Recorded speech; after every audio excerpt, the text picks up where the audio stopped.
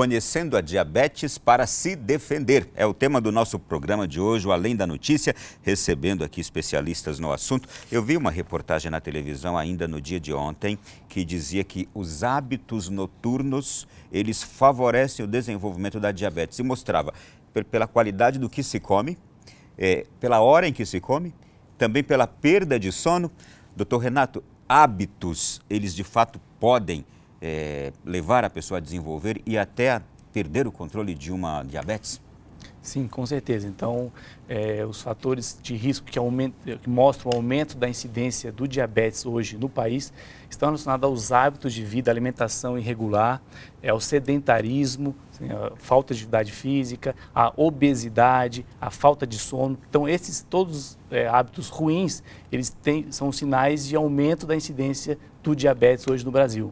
Então, cuidar para bons hábitos de vida saudáveis, aliás, servem para tudo praticamente, Isso, né? Com certeza. Então, para o diabetes não é diferente. Então, a importância de um bom sono, a atividade física regular, uma alimentação balanceada, reduzir alimentos industrializados, excesso de açúcar, excesso de carboidratos, reduzir isso, além de manter um peso adequado.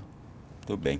Doutora... A alimentação noturna, só para complementar, após as 20 horas, a ingesta de carboidrato termina sendo armazenado. Então, todo o nosso fígado guarda todo o excesso de carboidrato. Todo excesso de carboidrato. Carboidrato, atenção aqui, arroz, macarrão, pães, pão e até que vem excesso de frutas, as frutosas, tudo que é o excesso de açúcar termina sendo armazenado no fígado. Mas lá pelas 3 horas da manhã ocorre uma reação no fígado, que é pelo glucogênio, liberação da glicose. Então, isso termina aumentando. Se você faz uma refeição muito alta de carboidrato à noite ou de madrugada, fatalmente você vai armazenar mais carboidrato, você vai ter um risco maior de sobrecarregar o metabolismo e, por consequência, a produção do glucogênio, que é o inimigo lá da diabetes. Aumenta a gordura e aumenta o peso também, do açúcar. Doutora Noêmia acabou de me dizer exatamente o que eu observei numa pesquisa, é que os níveis de quem trabalha à noite de colesterol, triglicerídeo, HDL baixo, que é o colesterol que protege, é exatamente o contrário. Tanto é que nas empresas em que tem pacientes diabéticos, colaboradores diabéticos, nós evitamos colocá-lo em horário noturno. Por quê?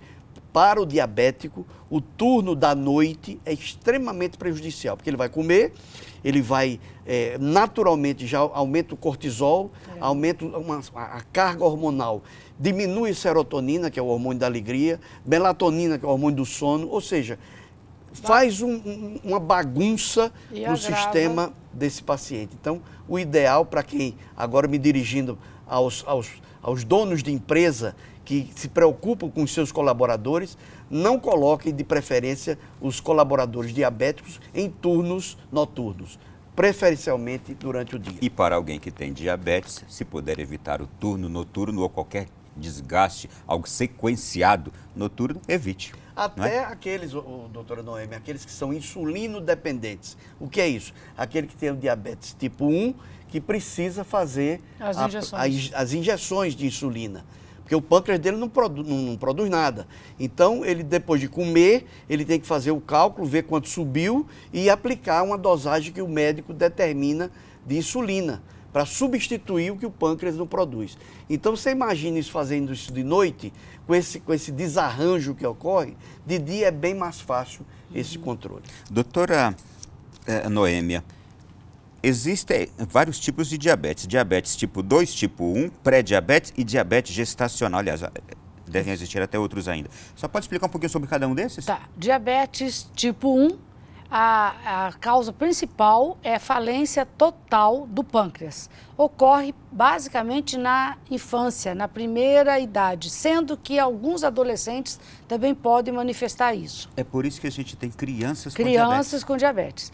Muitas vezes ocorre por um trauma. Então, está comprovado já que acontece uma reação autoimune e o pâncreas é destruído. Então, às vezes, um choque emocional, um problema familiar.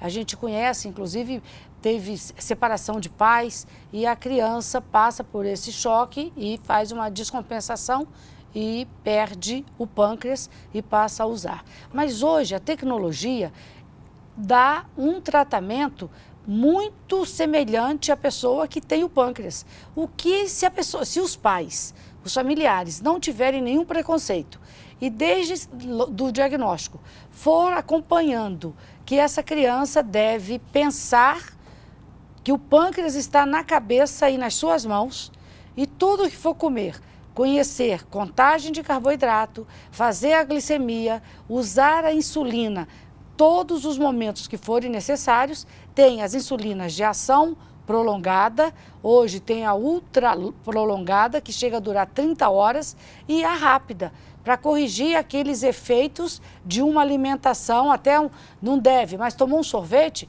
você mede a glicemia, tem que tomar tanto de insulina para corrigir. Então, tem que ser quase um matemático e aprender a fazer as continhas. Eu tenho pessoas na família que fazem e são extremamente felizes, são jovens, adolescentes, muito bem nos estudos. Então, o que a gente quer dizer é que o conhecimento, a informação não deve ser retida, como em tudo que a gente tem. Não devemos levar os conhecimentos com a gente, devemos passar para todos, e o diabético em especial.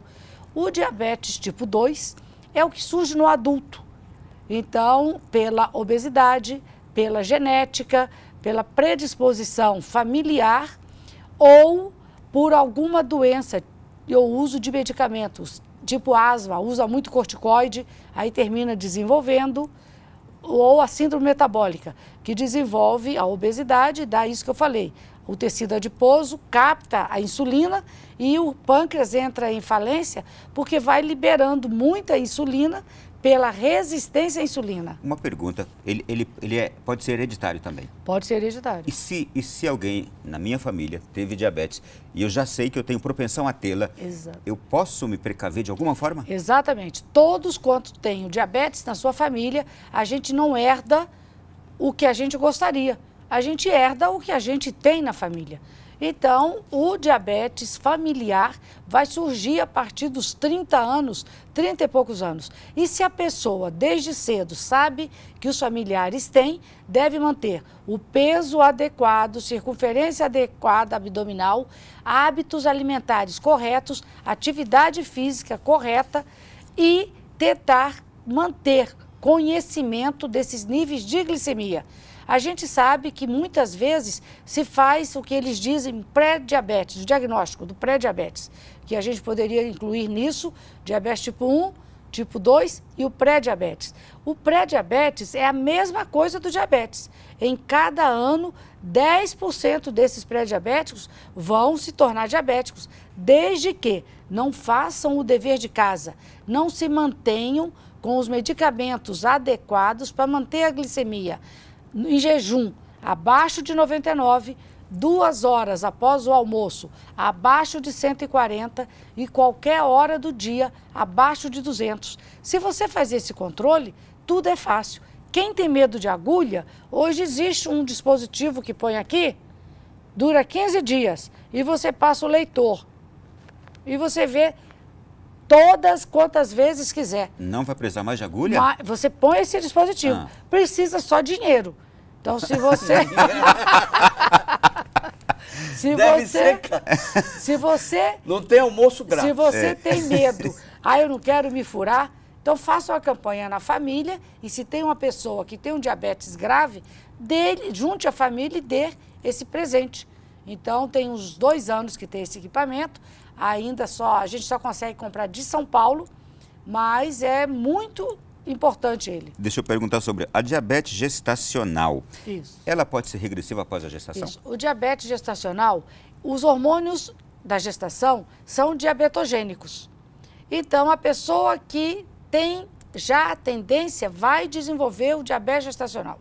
E é incrível que muitas vezes há um controle muito bom desde o início com a alimentação, a mãe fica envolvida porque tem uma criança no meio e o tratamento é sempre com insulina. Após o nascimento do bebê deve ser feito um controle, mas essa pessoa é um diabético em potencial. Então, ele vai se manter sob controle como aquele pré-diabético, desde que mantenha o peso certo, a alimentação certa, praticamente doce zero, carboidrato livre. O que é carboidrato livre? As farinhas finas, então polvilho, a tapioca, a farinha de trigo branca, todos esses farináceos de fácil absorção estimulam rapidamente o pâncreas. E quando ocorre esse estímulo no pâncreas, tem que liberar uma grande quantidade de insulina. Por isso que o alimento deve ser composto com fibras, os carboidratos complexos, que são as leguminosas, e as proteínas. Então, se usar uma alimentação complexa, o paciente, a pessoa, não tem o risco de liberar esse tufo de insulina que o pâncreas não consegue. Uma pergunta decorrente desta. E este bebê que nasce já é também um indivíduo, é um diabético em potencial?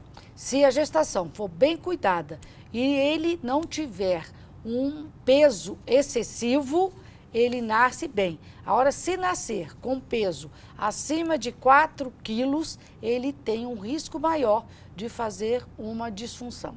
Doutor Eloadi, para um diabético que está no seu trabalho, existe alguma orientação, por exemplo, se ele for um motorista, se ele for um operador de máquinas, porque existem riscos aí, não é? Existe. Todo diabético em potencial, ele deveria ser o que a gente chama de PCD, paciente com deficiência para o trabalho. Porque não é que ele tenha uma deficiência, mas ele precisa de um trabalho que se adeque à situação dele, principalmente se é um diabetes de difícil controle. Se ele precisa ir ao banheiro muitas vezes, se ele precisa fazer aplicação de insulina muitas vezes. Eu tenho um caso, eu já trabalhei em empresa de ônibus, em que nós tínhamos motoristas de ônibus que eram diabéticos e a gente tinha que fazer um controle. Primeiro, não colocá-lo em escala noturna. Segundo, em viagens mais curtas, para que ele possa usar o banheiro sanitário com mais frequência. E que possa também fazer a aplicação, no caso de quando ele é insulino dependente, inclusive a alimentação. O horário da alimentação é fundamental. Doutora Noêmia acabou de cancelar para mim a minha tapioca.